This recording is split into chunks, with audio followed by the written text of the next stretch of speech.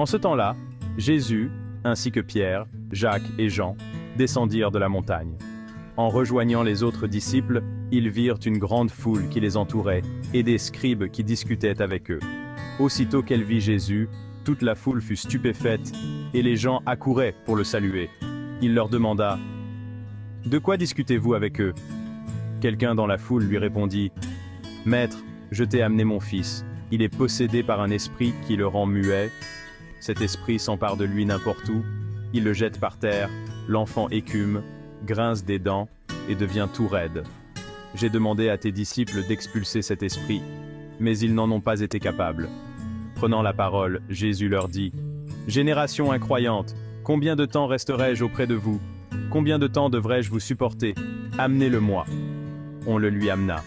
Dès qu'il vit Jésus, l'esprit fit entrer l'enfant en convulsion, l'enfant tomba et se roulait par terre en écumant. Jésus interrogea le père « Depuis combien de temps cela lui arrive-t-il » Il répondit « Depuis sa petite enfance. » Et souvent, il l'a même jeté dans le feu ou dans l'eau pour le faire périr. Mais si tu peux quelque chose, viens à notre secours, par compassion envers nous. Jésus lui déclara « Pourquoi dire « Si tu peux » Tout est possible pour celui qui croit. » Aussitôt le père de l'enfant s'écria « Je crois, viens au secours de mon manque de foi. » Jésus vit que la foule s'attroupait.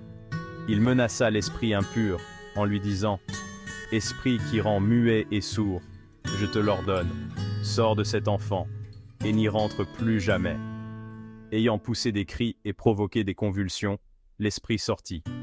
L'enfant devint comme un cadavre, de sorte que tout le monde disait « Il est mort ». Mais Jésus, lui saisissant la main, le releva, et il se mit debout. Quand Jésus fut rentré à la maison, ses disciples l'interrogèrent en particulier. « Pourquoi est-ce que nous n'avons pas réussi à l'expulser ?»